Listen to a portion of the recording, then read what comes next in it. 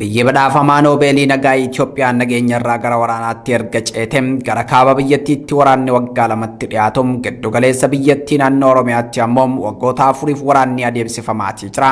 Barri 2014 harki caalaan duula waraanaaf dhiittaa mirga namoomaa hamaan kan dabarfame yoo ta'u barri 2015 yeroo jalqabuttis waraanni kutaalee biyyattii garaagaraa keessatti adeemsifamaatii jira. Sababa waraana daangaatiin namoonni qeef qabeenya isaanii irraa buqqa'uun dirree irratti facaan ayyaana waggaa muka jalatti kabajuuf dirqamaniiti jiru. Itoophiyaan biyyi badhaafamaa Noobeelii nageenyaa bara 2019tiin bultuun bara moofaa waraanaan geggeessitee bara haaraas waraanaan simatteetii jirti. Qaamoleen adda addaa rakkoolee bara 2014 keessa mudataniif gaagama namoomaa akka biyyattiitti dhaqqabaa ture bara haaraa 2015 keessa akka irreen deebinem hawwii qaban ibsaatii jiru. Pirezidaantiin mootummaa naannoo Oromiyaa obbo Shimallis Abdiisaa ammoo rakkoolee naannoo Oromiyaa keessatti mudataniif anatu itti gaafatama jechuun rakkoo nageenyaa mudateefis gad jedhee dhiifama gaafadha jechuun dubbateetii jira. Ministeerri muummee biyyattii Abiyyi Ahmad ammoo barri haaraan bara waraana gara nageenya waaraatti jijjiiruudha jechuun ibsa baase keessatti akeekeetii jira. Bara 2014 keessa wal waraansa Itoophiyaa araaraan xumuruuf hawaasni idil addunyaa tattaaffii taasisaa kan ture yoo ta'u osoo hin milkaa'in hafeetii jira. Dhaabbilee hawaasaa paartileen siyaasaa fi qaamoleen garaagaraa wal waraansi dhaabbatee mariin siyaasaa qaamolee hunda hammateem haa adeemsifamu jechuun gaafataa turanis hin milkooyne. Yeroo Itoophiyaan bara haaraa simataa jirtu kanatti naannolee biyyattii akka Oromiyaa, Tigraay, Affaarii fi Amaaraa keessatti waraanni bal'aan gaaga'ama hamaa dhaqqabsiisaa jiru adeemsifamaatii jira. Waraanni adeemsifamaa jiru dhaabbatee mariin biyyaalessaa qaamolee siyaasaa biyyattii hunda hammatuun akka adeemsifamu hawwii fi fedhii uummata bal'aati. Haleellaadhuma baatii hagayyaa keessa lixa Oromiyaatti humni ilaalcha finxaalessummaa Itoophiyaa sabqeenxee qabatee socho'u faannoon raawwateen gaagamni namoomaa olaanaa fi dhumaatiin hamaan dhaqqabeetii jira.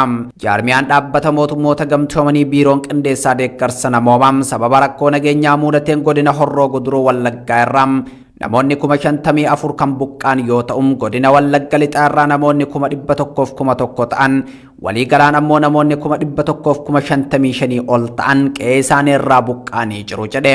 Godina Horroo Guduruu Wallaggaa qofatti buufataaleen fayyaa 13 kan saamaman yoo ta'u yeroo jeequmsi uumametti buufataaleen fayyaa 28 fi ambulaansiiwwan 5 gubachuun uummata tajaajila fayyaa bu'uuraa akka hin arganne dhiibbaa uumeera jedhameetii jira.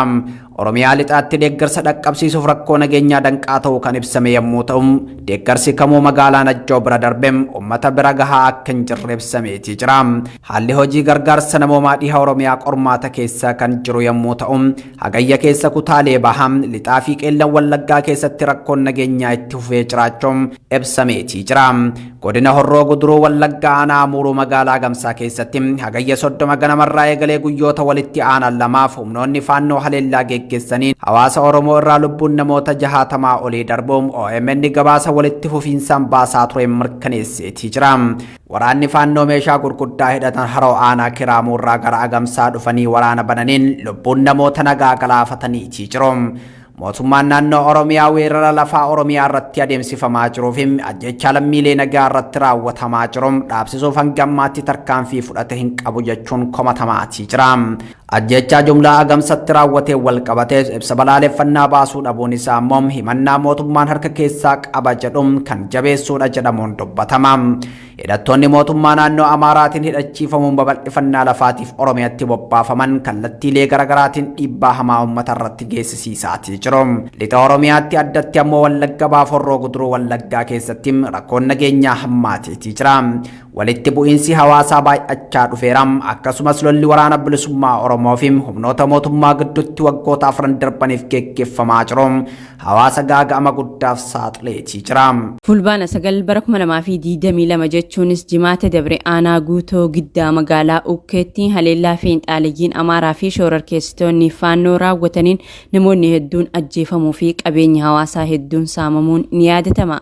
Namoota haleellichaan ajjeefaman hedduun guyyaa kaleessaa akka awwaallatan kan dubbatan maddii Oromiyaa miidiyaa neetwork dubbise ta'us garuu kanneen rasaasaan rukutamanii hospitaala seenanii turan keessa namni 2 har'a lubbuun dabruun sirni awwaalcha isaanii raawwatamu Oromiyaa miidiyaa neetworkitti himaniiti jiru. Hanga ammaattis baay'inni namoota ajjeefamanii 30 ol dabruu jiraataan OMN dubbise kun himeeti jira.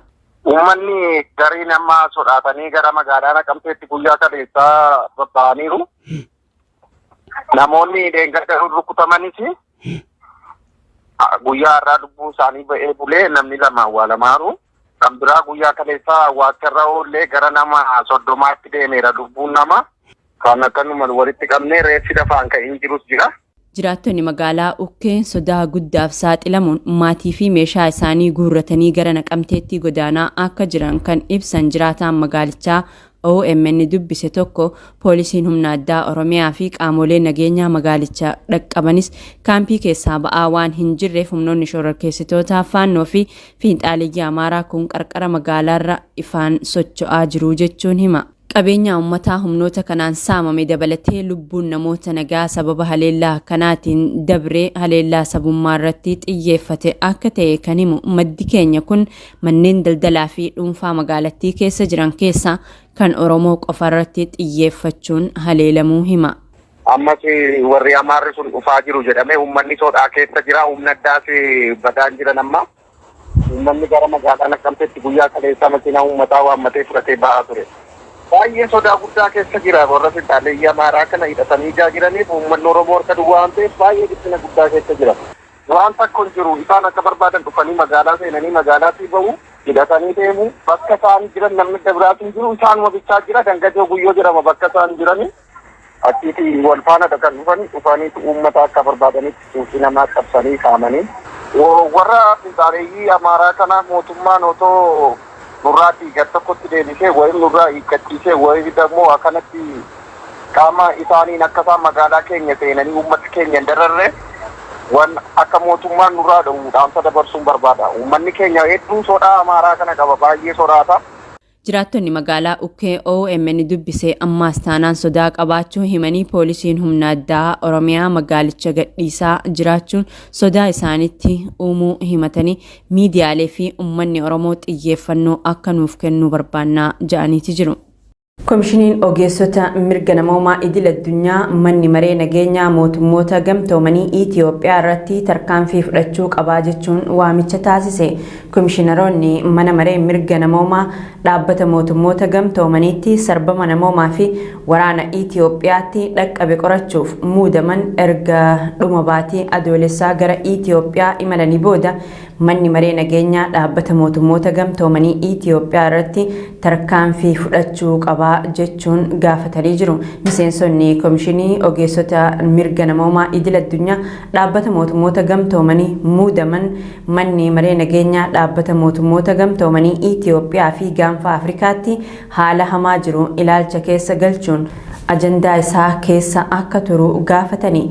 Waamicha komishinaroota kanaa hordofee mootummaan Itoophiyaa ibsa baaseen ibsa komishiniin ogeessota mirgoota namoomaa idil addunyaa Itoophiyaa irratti kenne nu mufachiise jechuun Itoophiyaa irratti mana maree nageenyaa mootummoota gamtoomanii tarkaanfii akka fudhatu waamicha dhiheessuun aangoo isaanii mitii jechuun fudhatama dhabsiise. Mootummaan Itoophiyaa ibsa qorattoota idil addunyaa kanaan akka malee kan mufate yoo ta'u komishinichi dhiibbaa siyaasaa fi mirga namoomaa meeshaa waraanaa godhee jira.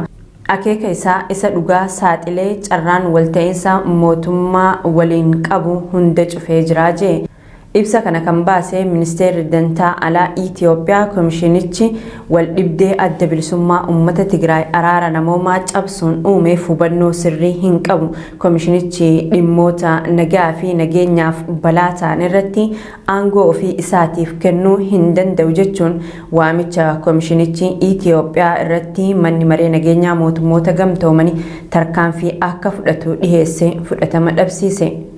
Ministeerri haajaa alaa Itoophiyaa komishinichi amala of eeggannoo hin qabne agarsiise jechuun himate. Murtoon komishinicha hundeessuu fi hojiiwwan komishinichaa siyaasaan kan kakaafamanidha jee. Gocha aadaa amantaa faallaa godhateen dhiiga lammiilee nagaa dhangalaasuuf osoo leenjii meeshaalee waraanaa fudhatanii fi kennanii qabamuu humnoota kanaa gamtaan humna nageenyaa fi tikaa biyyaalessaarraa hundeeffame ibsee jira. Humnoonni leenjii shororkeessummaa fudhachaa turan kunniin xiyyeeffannoo isaanii Finfinnee taasifachuun haleellaaf of qopheessaa akka turan kan ibsu poolisiin iddoowwan dahannaa 4 qopheeffachuun shaakallii waraanaatiif itti fayyadamaa turuu isaanii addeessa. gadaamii ja'amuun lafa waggootaan dura qabatan kanarratti leenjii waraanaa kennuun cinatti mana hidhaa yookaan bakka namoota ukkaamsanii tursiisan jiraachuus ibsi poolisii kun ni hubachiisa.